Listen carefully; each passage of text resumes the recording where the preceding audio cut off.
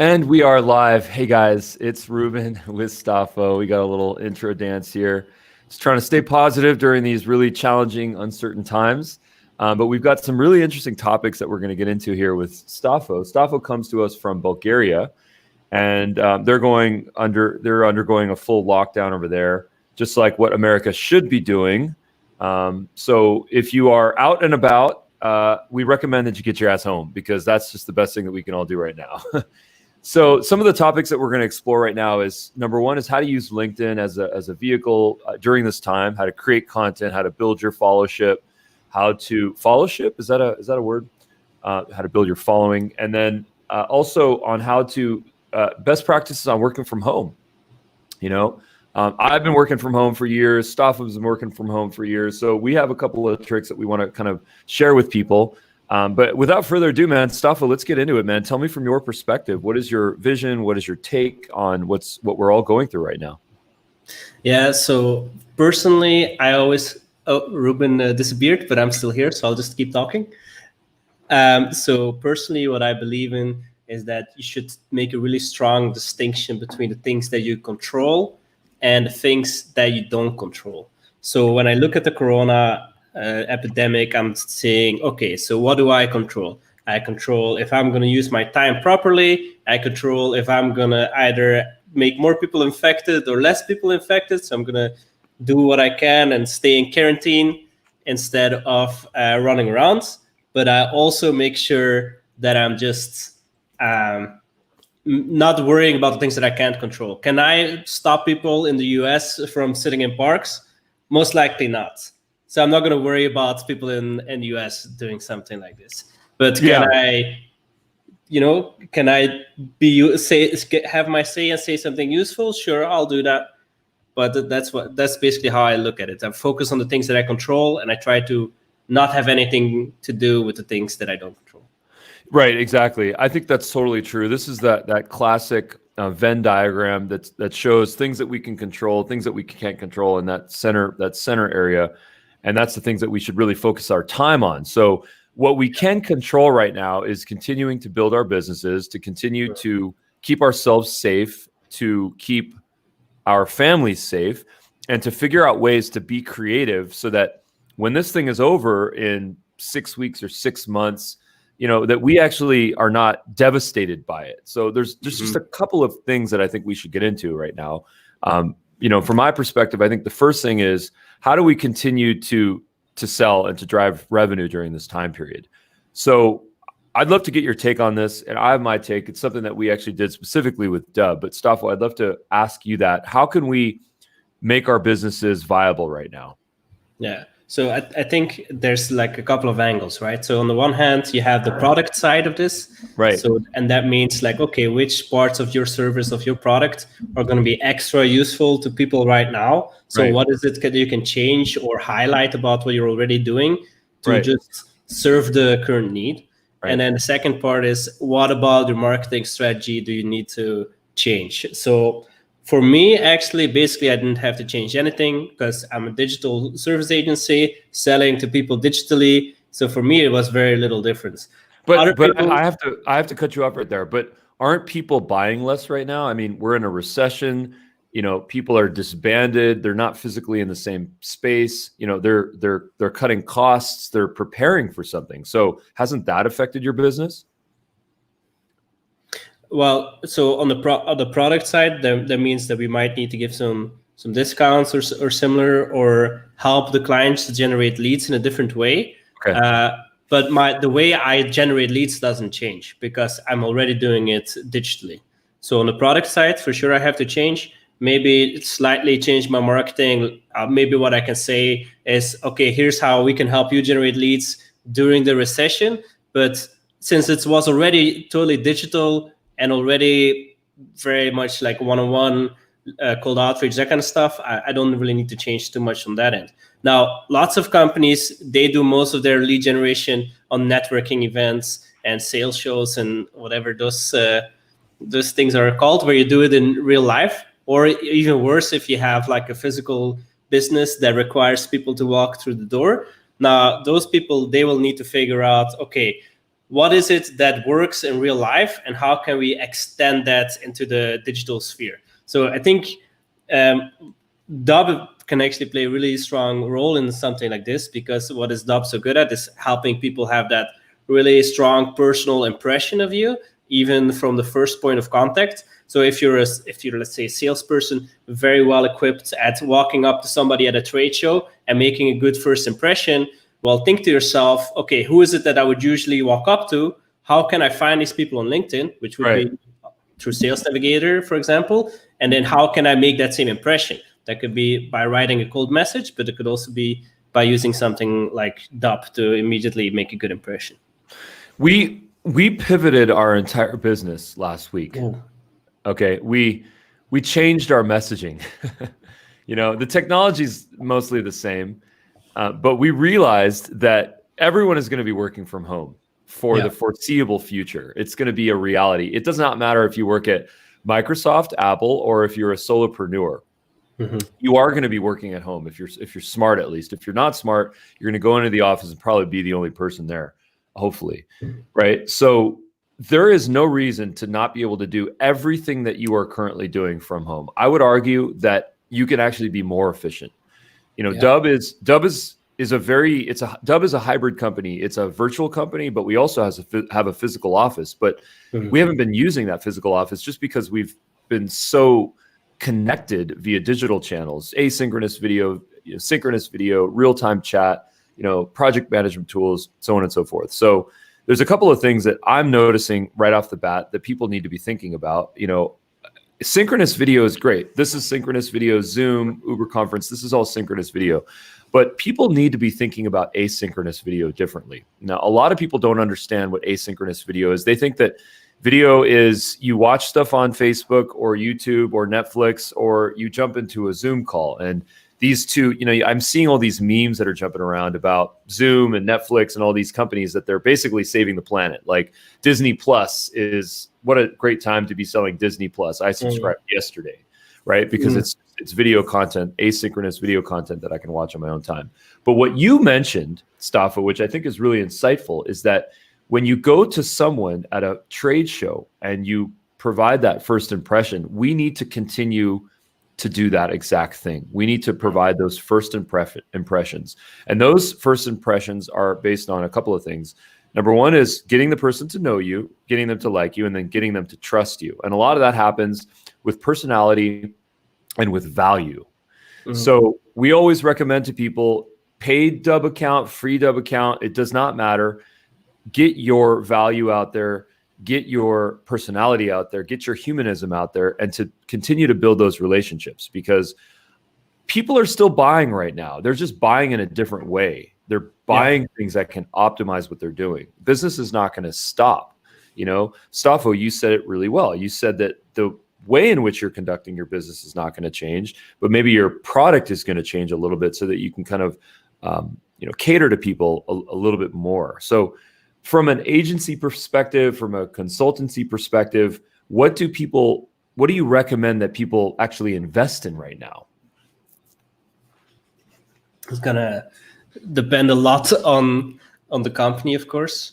Yeah. But if you're gonna be specifically an agency, I think what you really need to invest in is good ways of sharing your knowledge internally and good ways of communicating internally.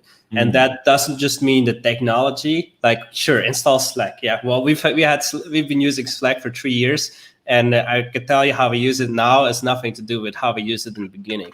So it's also a cultural thing. So, for example, one of the things I made a post about last week is, as soon as you start working from home, it's so tempting to start late, end late, and then you start. What you see happening is you get messages 9 p.m. at night, and because you're at work anyway, you're at home / at work anyway, you start replying to those, and before you know it, you're never really resting and you're never really working. So beyond just like the idea of like investing in the technology, I would invest in making good agreements. So that means getting your whole team maybe on a call or whatever, and say like, okay, so how are we actually going to do this? Because the first 1 or 2 years that I was running my business basically totally digitally, that was like there were so many fights and tensions around this. For example, I would send a message on Slack on Sunday, and we had the agreement that anybody can send messages whenever you want, but you only are expected to respond in the weekdays. Now, people had their notifications on and getting these messages on a Sunday, and then it would be like, why are you bothering me on a Sunday? You know, it's my off day. You know, those kind of things are easy to, they slip under the radar, you know, and you start seeing frustration go up over time. So every day they get a little bit more frustrated, and before you know it, your whole team hates each other. So those agreements are probably a little bit of a counterintuitive answer from a marketer, but that's what I would invest in, making sure your communication internally is on point, and then make sure you have the same thing going on with your clients. Send an email to all your clients, let them know you cannot walk in the office right now, but you know what you can do is, you can reach us here, you can reach us there. We'll do our best to answer as soon as possible. That's what I would invest in right now.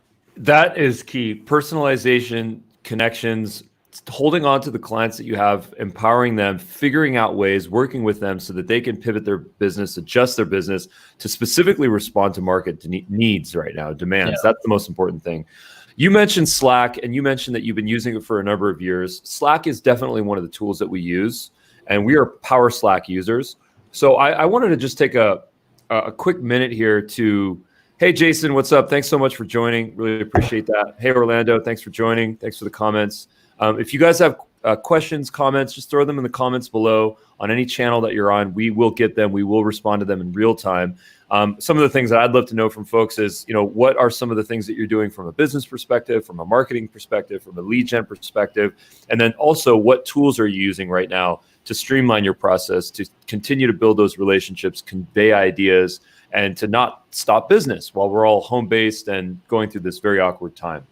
But going back to Slack, I did want to share some of the ways that we are, quote unquote, power using Slack. So Slack, as you guys know, it's a real-time chat program, but it's much more than a chat program. It's a fully integrated solution that allows people to have API feeds and notifications and to really monitor a business. It's not just for humans speaking with other humans. It's also computers speaking to computers, and sometimes even computers speaking to computers. So I'm just going to share my screen here, and I'm going to be very explanatory in my walkthrough here. So the first thing I'll show is that, we have channels for a lot of different things. We have our entire funnel here. We have our cancellations, we have our leads, we have our pay fails, we have our sales, we have our signups.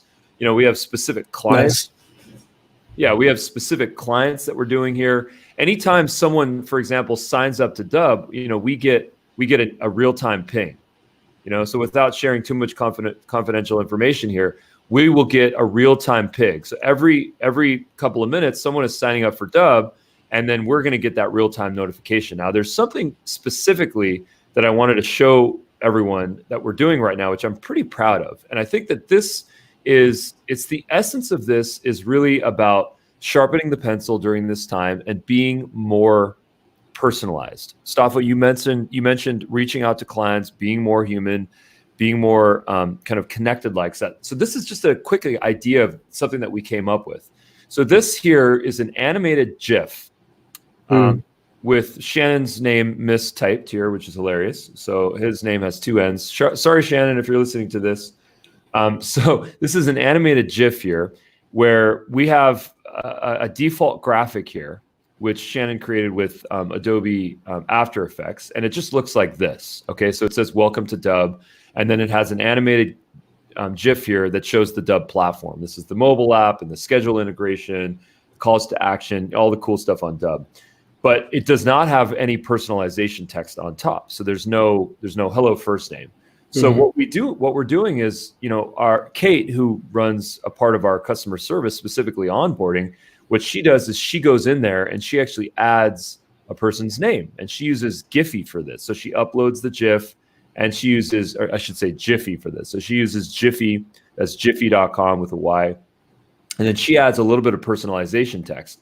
And then what she does is she SMSs this message out to people that have signed up to Dub. That's nice. Yeah. So what they are getting right now, and this is all opt-in. People can skip this or opt out of this, but right now, SMS is one of our powerful channels right now. So anytime someone signs up, they get an SMS message from us that's hyper personalized with their name, with an animated GIF, with their name burned into the GIF, and then that way, when they see that, they say, "Wow, you know what? This company is thinking of me." They put my name in the text. They put my name in the image. One of the other things that we do is we use Dub's personalization text, and Dub's personalization text is maybe I can show it right now, but it's basically the ability to add personalization text as an overlay in a Dub video. Okay, Nice. and that is value because when that person watches that video, the first thing that they're going to see is their name. It's going to say, "Hi, Stapho." And then once they play, then of course it disappears because we don't want to interrupt their experience.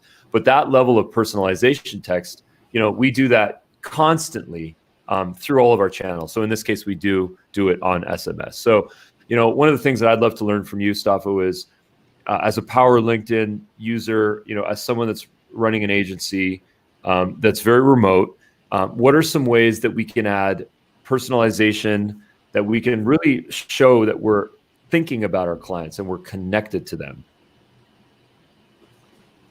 That's a good question. I'm not sure if I'm the best person to answer this, but I think, well, I'll give you something that I think not a LinkedIn functionality that I think people are not using enough. Maybe not necessarily for your clients, but just for your leads, especially if you're dealing with higher lifetime value leads. So let's say $500 and up. One of the features that I've been using a lot is what you can do if you have Sales Navigator is you can make a list of leads. And what happens is when you add them to a list, you have the ability to filter your view. So you only see the content created by your leads. So what this allows you to do is to actually see a list of all the content created by your leads on LinkedIn, and you can then go in and engage on those things one-on-one. The thing people oftentimes they don't realize, especially from a lead generation perspective, is everybody wants to be Mr. Big Time influencer. Everybody wants to be seen by everybody. Everybody wants to feed their own ego. They have something to say. And of course, that's all a good thing. I'm not saying that's a bad thing. But what they forget is that other people also have this, and that most people really suck at it. So what you'll see is your leads and people that you want to build relationships with, they'll be posting on LinkedIn. Everybody's posting on LinkedIn these days, and they're not getting any traction whatsoever. They get like 1 like, maybe sometimes, then maybe they get like 5 likes once. Basically, most people are totally getting ignored on LinkedIn. And what you have the option to do is just go through all their content and leave a comment, be the first one to see it every single time. And this is by far the best, one of the most effective ways I know to actually build a relationship with these people that are otherwise difficult to build relationships with.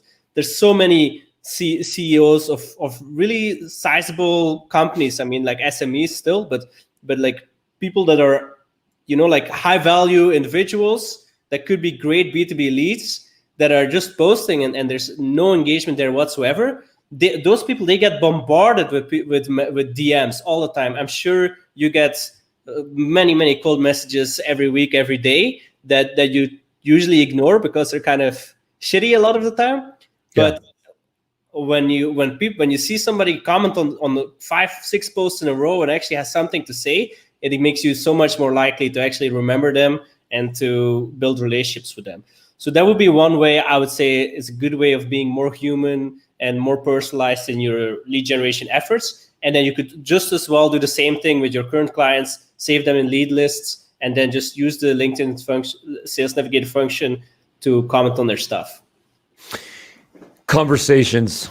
It's such an important part of marketing right now. When I was at the B2B marketing conference in Los Angeles many months ago, I connected with Daniel from Wave.video, and we recorded a nice clip of him where he talks about the importance of conversations in marketing. Conversational marketing is, I think, one of the most important parts of marketing right now. There's this kind of irony that I have right now, which is that Dub is about to launch Forms, Dub Forms, which allows us to put forms onto a video page so that people can fill those out and then trigger automated workflows. So this is kind of the first time we've offered this. To date, we've just had external forms. which is just using a form from a third-party service. But what I realized is that in so many ways, forms are the currency of marketing automation or marketing, because it's our ability to hear someone and see someone raise their hand. But in many ways, forms are antiquated, and that we don't want, gone are the days where you put a LinkedIn post and you put a link in and you say, please fill out this form if you want to learn more. Those days are over. Now you ask people to put a comment in, if you want this ebook, if you want to join this webinar, if you want to do X, Y, and Z, if you want early access, please put a comment below. And what happens is, number one, is you do get that hand raised. So you kind of figure out where the demand is and where the interest is. But what you also do is you get the conversation. And when you drive conversations, then you drive visibility and you drive traction. So let's just talk about that for a second. If we don't have comments in our posts on LinkedIn, Twitter, Facebook, YouTube, we get much less visibility. It just doesn't drive and it doesn't stimulate the algorithm. Now, I'm not suggesting that we do things to gamify it. Everything has to be authentic. It has to be organic. It has to be real, true conversations.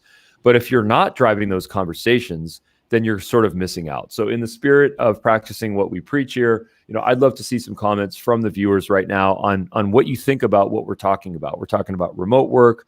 We're talking about working from home. We're talking about ways to leverage LinkedIn, content creation to continue to drive our brand, to grow sales. And then also during this whole process, having as much personalization as we possibly can. So, if you guys have comments, questions, just throw them below. Once again, thanks again for the support, guys. Thanks again for the support on all of our channels, social, Dub as a platform, Stapho, thanks again for your time. But I want to jump in if Stapho, if you have anything else to add here, please add it now. Otherwise, I want to kind of pivot our combo a little bit to talk about something that you mentioned. And you asked me a question before we started this, and it was kind of a poignant question. You said, are you feeling fear? That's what you asked me. And that struck something within me. I felt a certain level of empathy and a certain level of insight that you might be feeling. And first of all, I wanted to ask you, how can people deal with fear right now? We also talked about this idea of focusing on the things that we can control. So how can we overcome some of the trials, tribulations that we're going through right now? Yeah. So I think even before we get into like, what is it that you control and what you don't control, I think it's really not helpful to resist the fear. So if you wake up and you're like, okay, I feel a little bit anxious today, I'm actually very worried about this, that's okay. You don't need to start worrying about worrying. You're only gonna make it make it worse. So one of the things I practice a lot of meditation. One of the things that I've learned for myself, especially with like having an agency, which has also been very stressful, is that, okay, you feel it and then it can go, it's okay that you feel it, but then it can just leave your body again. Now, once you have like that basic level of awareness, like it's okay to feel something, but then you can let it go. Then it's about really being very strict with yourself about, okay, is this something I control or is this something that I do not control? I control lots of things. I control how I spend my time. I control how I support my friends and my families. I support how I pivot my business or don't pivot my business. I control a lot of the results for my clients. Those are the things I control what I do with my money. Those are things I control, and I should make sure that I make a plan and I act according to the plan. Then there's a whole bunch of stuff you don't control. You cannot control the idiots running outside partying in the middle of this pandemic. You have no control over that person. I mean, you could try punch them in the face, but I just wouldn't recommend it. But then you have to touch them. Yeah, exactly. So it gets even worse. And you don't have most of us have very limited control over legislation. You can sign a form or whatever. You can write your governor. That's something you can do. But once you've done that, you've done what it is that you can do. For most people, you've exhausted your leverage, and I think it's time to stop worrying about it too much, because it will just drive you insane. And the part of your brain that is trying to intervene is activated without any sort of leverage. And what I'm seeing in my friend group is people start panicking about stuff they can't control. Oh no, China is going to start doing this kind of stuff. Oh, we're going to go into a surveillance state, and then taking absolutely zero action on it because it's totally outside of their control. And then they spend their time trying to convince me that I'm supposed to be worried. And I tell them, like, okay, so first of all, panicking is not going to help you achieve any sorts of positive results. But then trying to make me panic as well, that is you actually creating a negative result, which is which is making my life less fun, which is making the life of my friends less fun, and which is making me like you less as a friend as well. So please don't spread panic. Spread awareness. Give useful tips. Do what it is that you can. Don't worry about the things you can't control. Don't try to convince people to panic. They should take it seriously, yes, but panicking is something else entirely, I would say. So let's talk memes for a second. People are having an insane amount of fun with the memes right now. And they're really funny. Some of these memes, they're really clever. I mean, talk about clever memes. Like there's this one where it's these two kind of characters at a bar, and one of them is the Spanish flu, and one of them is the coronavirus. And they look like crazy figures, and they're kind of having a conversation. And then off to the side is the Black Plague, and that's a Grim Reaper, very scary looking guy. And the coronavirus and the Spanish flu are basically saying, listen, I don't really want to kill people. I just want to drive a little bit of awareness on what, viruses and a pandemic can do. And then the Black Plague figure in the little chat bubble, he says, "Fucking millennials." I also saw a really good one. I saw like this meme of it's like a potato breakdancing, like doing all kind of crazy moves, and then it says like Greta, what's her name when she hears that all industry is shut down? Oh man, that one really made me die laughing. Like it was. Hilarious. Oh man, it's crazy. So we're making a joke, and there's also all sorts of funny things that are happening. With like nature, there's like this one where it's on the left side, it's, before the coronavirus, and it's people stuck on their devices at home. After the coronavirus, it's people out in nature walking and steering. In the Facebook group for the little community that I built, that I live in, someone put a photo back behind their house on a little hike that they went on, overlooking a hill and the sunset and stuff. And it's a beautiful photo.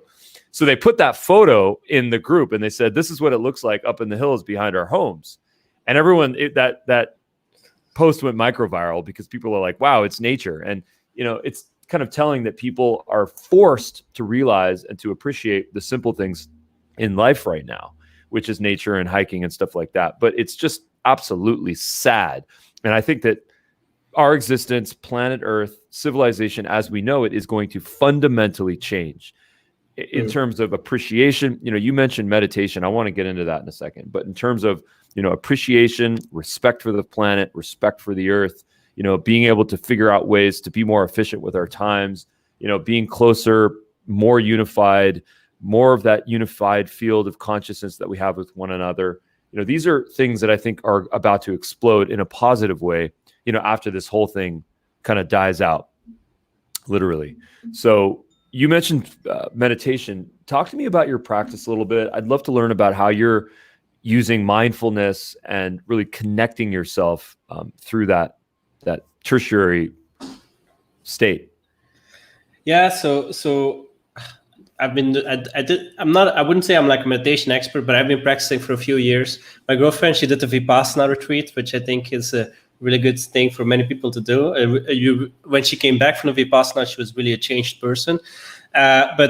So my practice, I got it from this YouTube video. Is this Zen Buddhist monk that teaches meditation, and he has like the funniest voice ever.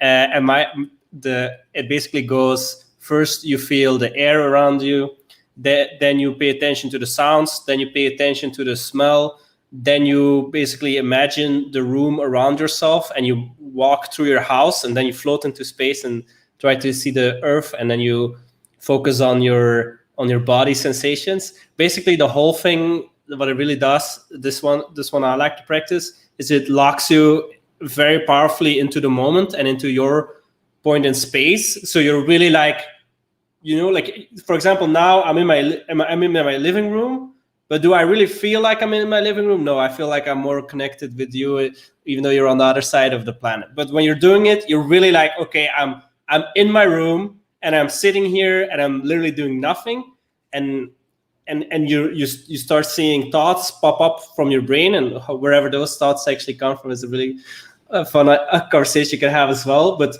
you start, on the one hand, connecting really powerful to the moment and space, and on the other hand, you start witnessing your thoughts from a little bit more afar.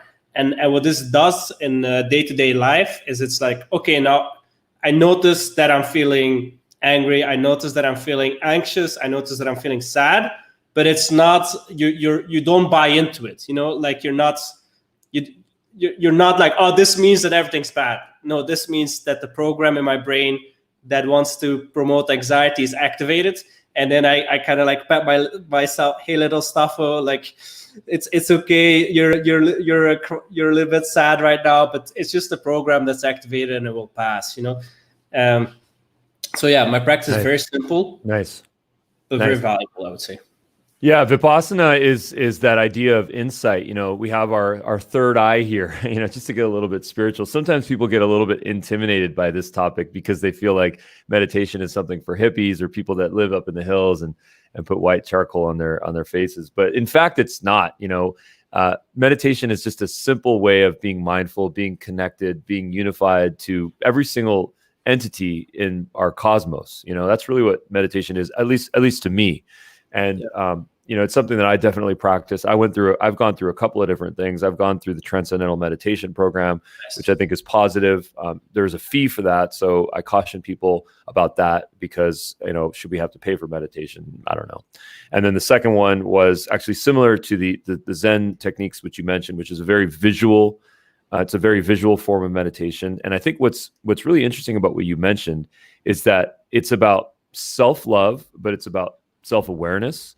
So a lot of people think that meditation is about removing all the thoughts from your mind and having a clear mind, that like nirvana, samadhi, that like elevated sense, transcended sense of I'm clear and I'm nothing, yet I'm everything. And in fact, that I don't think that that's really what it's about, at least from my perspective. I think it's about being aware of the things that are indeed already happening in our lives. For example, if you have a thought, or if you get distracted, or if you think about something within your life while you're meditating, it's actually good to do what you just mentioned, which is just to be self-aware of it. I just thought of the fact that I'm afraid of what's happening right now. I just thought of the fact that I need to cook this food tonight. I just thought of the fact that my kid is being homeschooled right now, and I sure hope that I'm doing a good job in this process. I just thought of the fact that it's going to rain tonight, and I should make sure that all my windows are closed.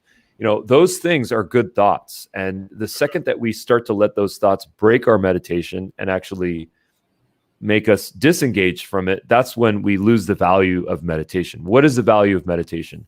The value is that first and foremost, we need sleep. We need 6 to 8 to 10 hours of sleep as often as we can get it. And many say, and you can Google this, please, that 20 minutes of meditation is the equivalent of 4 hours of sleep, because you go to a tertiary state which allows your body to experience deep relaxation, empathy, self-love that kind of heals you, especially if you get into a cadence of doing that 1 to 2 times a day.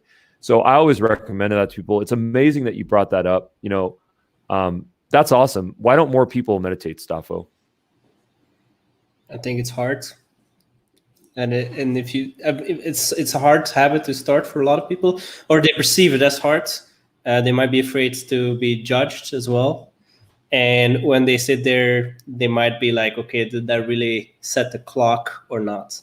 But I'd actually like to supplement something to the idea of the meditation, because so I think meditation is super valuable. Yeah, right. But what I also believe is, I also believe very much in planning. And what I mean planning is like, okay, I want to get there in 70 years. To get there in 70 years, I got to get there in 30, 10 years, 5, 1, 6 months, 1 quarter, a week, And one of the things, especially now, I think this is super valuable when you're just working from home for the first time.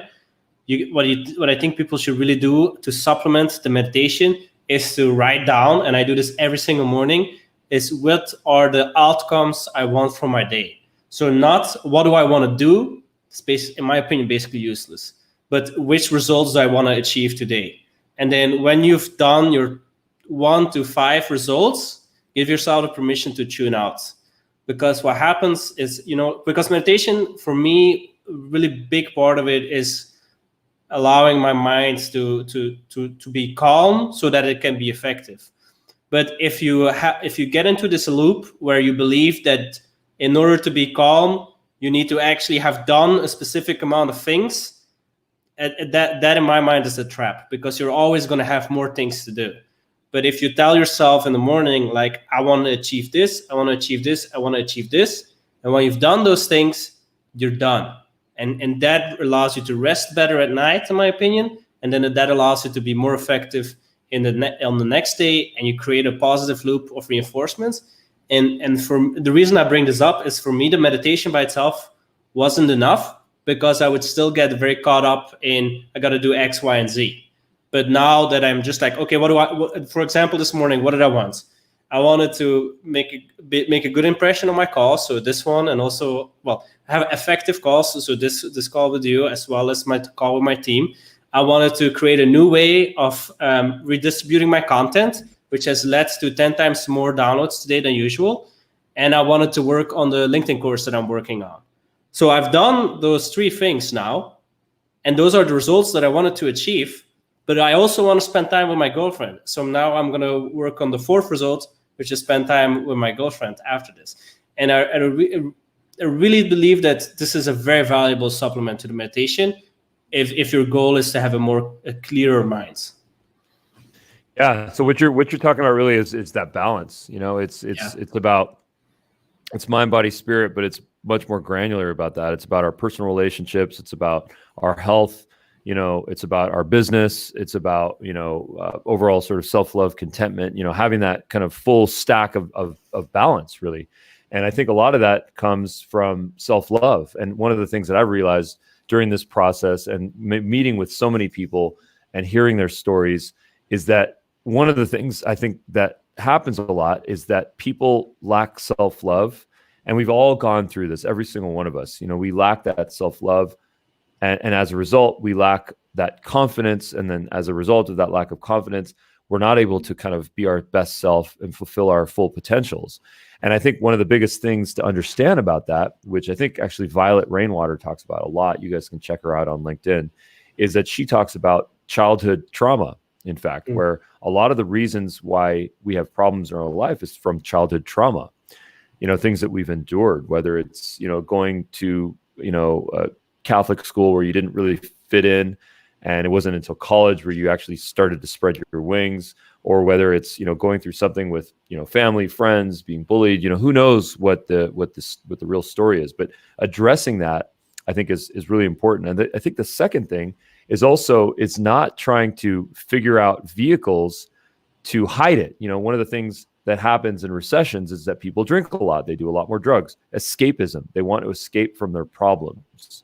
And I feel a lot of empathy. And, we all do this. Once again, no one's perfect here. But, that idea of escaping your problems it doesn't solve them. In fact, it makes them worse.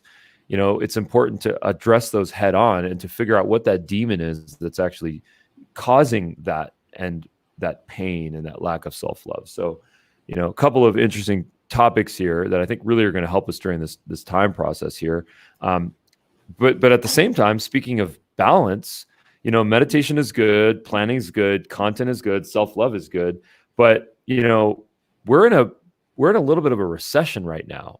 People's businesses are changing. I'm getting the tone of the messaging that I'm getting on LinkedIn. It's changed within the last week. It went from, hey, let's record a podcast, to, hey, can you support me? Can you purchase this? Can you buy this? I need to sell this. So I've noticed that little bit of change. What types of changes have you seen, Stapho, in people right now, in overall kind of feeling, communication, and then what's your recommendation for that? So one of the things that I've that I've been noticing that I'm not so sure what I think about it yet is suddenly everybody's marketing is around coronavirus, and it's often not. It's often in a fake supporting way, I would say. So what we're doing, I would say, is a real supporting way. We're like you're asking genuine questions. Okay, how can a business owner get through this? What are your thoughts as like a LinkedIn expert? But I see a lot of people basically trying to find different ways of like, how can we angle this coronavirus to our benefits? I'm seeing, that's one of the things I'm seeing. I haven't really come to a conclusion whether I like it or not, but it's something that rubs me a little bit in the wrong way. I'm also seeing a lot of the like there's so much focus on the coronavirus where you cannot really have any conversations without starting and ending with corona. When I talked to my team this morning, hey, how's everybody doing? Is the family safe? Any cases in your family? How are you doing with the lockdown? And then the last thing we tell each other is be safe. So a lot of the less urgent things that normally are a really strong part of communication between people, I see those things fade a little bit in the background, as now all of a sudden so much of our attention is on this coronavirus thingy. I'm sure this is just like us as a species, kind of like trying to process what's happening. But I believe that there's a lot of value in consciously not doing that. So consciously, okay, now let's talk for an hour and let's not mention this, because I think there's some other stuff that might be more useful to talk about right now. And I had to say this to a couple of my friends. I said, okay, so we're gonna call now, but just so you know, this is a corona-free line. That's what I told my friends. We switched from calling on the cell phone to the laptop. I said, okay, we're switching to the laptop now. It's a corona-free line, and if you mention corona, the line is gonna cut.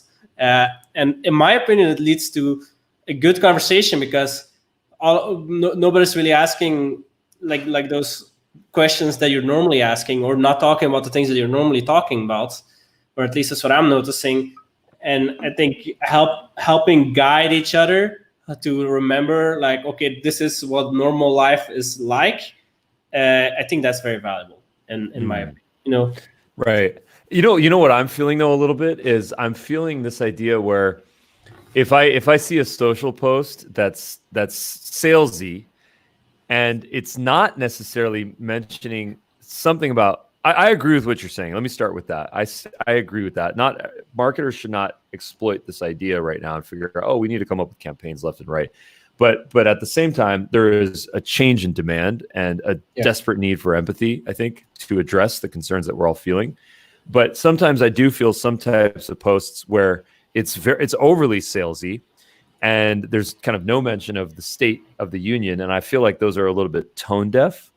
So I've noticed myself just ignoring those. Whereas what I do gravitate towards is some of the content that you're referencing, which is staying positive, and figuring out ways to just not let fear completely take over us.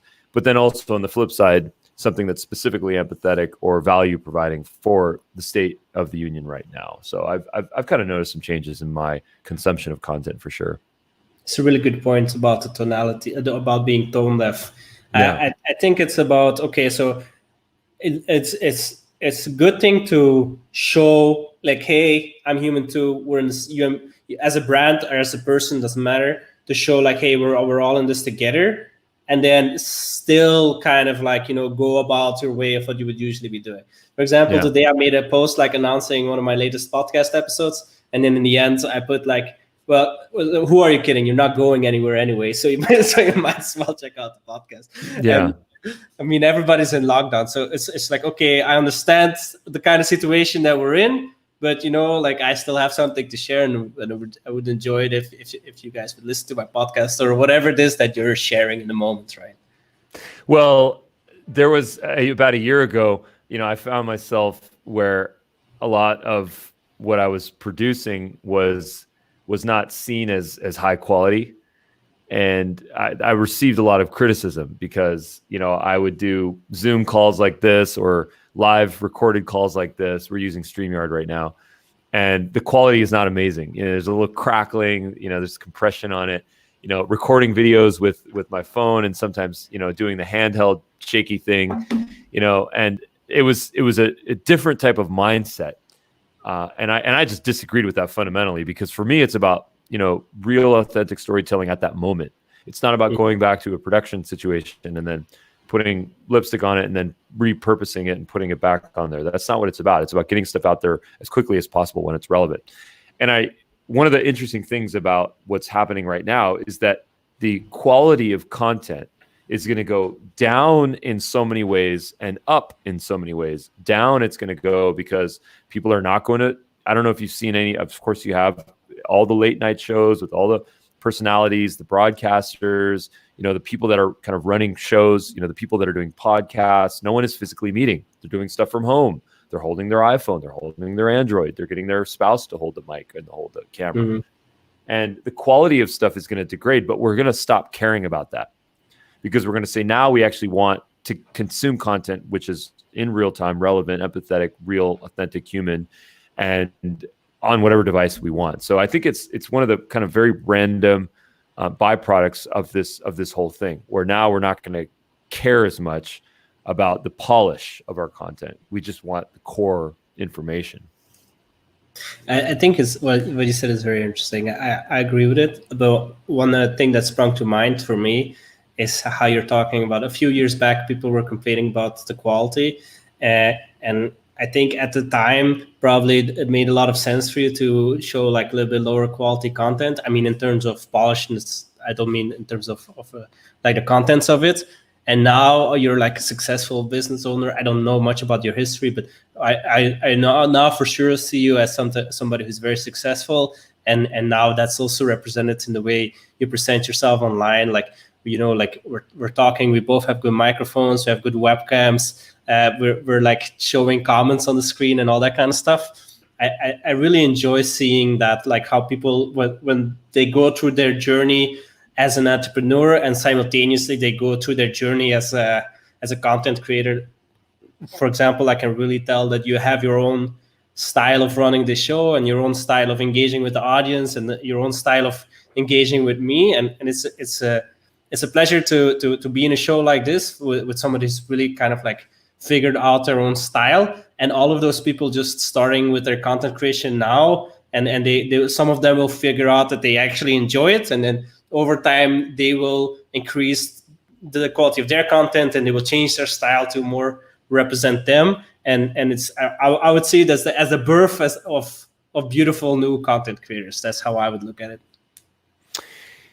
Marilyn I'm so glad that Marilyn is here, and she's Marilyn and I are actually going to chat. I think on That's Thursday, right, if I'm not mistaken. Yeah. So Marilyn has some insight here. So first of all, I wanted to say a couple of things about Marilyn Devanche here. So Marilyn Devanche is an early adopter, an early believer in pretty much everything that we've been talking about, because she has a mostly, I think, home-based business, and she provides some serious value in terms of coaching and in terms of being, you know, an advisor, a consultant. So if you guys want to check out Marilyn Devanche, please go Google her. She's on all channels, really a power marketer and a personality for sure. Actually, Marilyn, I have definitely seen some of the memes that you've been sharing, and thank you for sharing those. I probably mentioned a couple of those that I saw somewhere on this call. So thanks again for that. You, Marilyn, have been mentioning this idea of a flexible working implementation consultant, and God, how relevant that is. That is so relevant right now. So one of the things that I'd like to work with you on, Marilyn, is this idea of dub coaches. And it's been something I've wanted to kick off, but it's basically, this idea of creating a marketplace for people like Stapho who run agencies, or people like Marilyn, or people like Russ Johns, or all the great people within our ecosystem and our community, to kind of promote them a little bit, because dub is just technology, it's pipes, it's automation, but without humans and consultants and agents and experts, none of this marketing stuff happens. So anyways, Marilyn, thank you so much. Right back at you. Thank you so much. Appreciate it. Stapho, where can people find more information about you, about your website, LinkedIn? I know that you're very active on LinkedIn.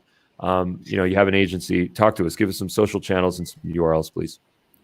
Yeah, so honestly, the thing I'm most excited about is if people would want to check out my podcast. Now, my podcast, it's on every podcasting platform that you could possibly want to check it out on.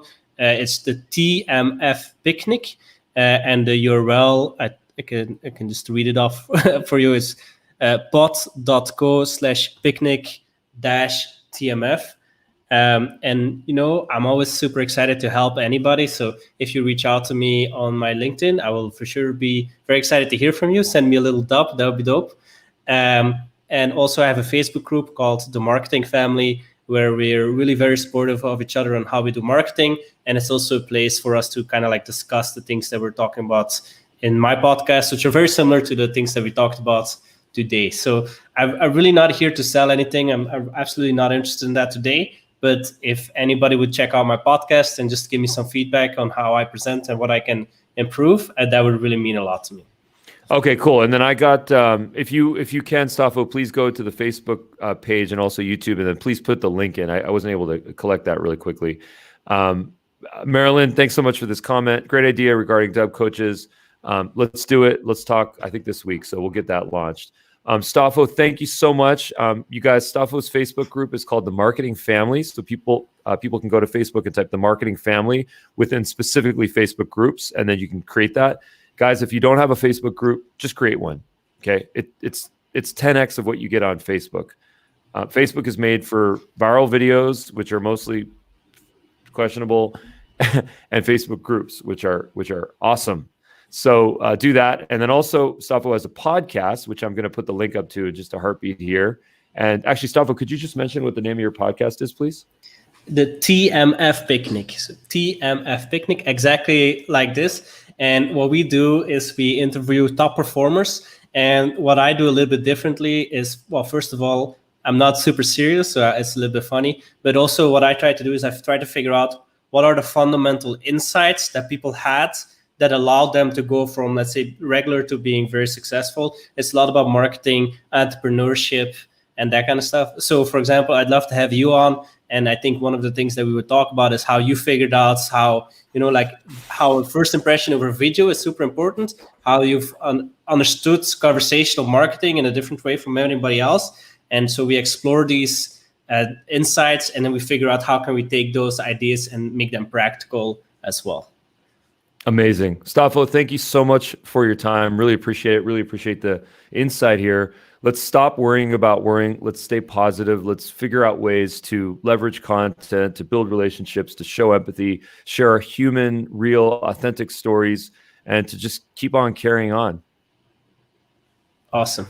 Thank you very much. It was very much a pleasure. Thanks, guys. And I won't do the handshake. I'll do the namaste. Or the elbow. Or the namaste. Let's do the namaste. See you guys.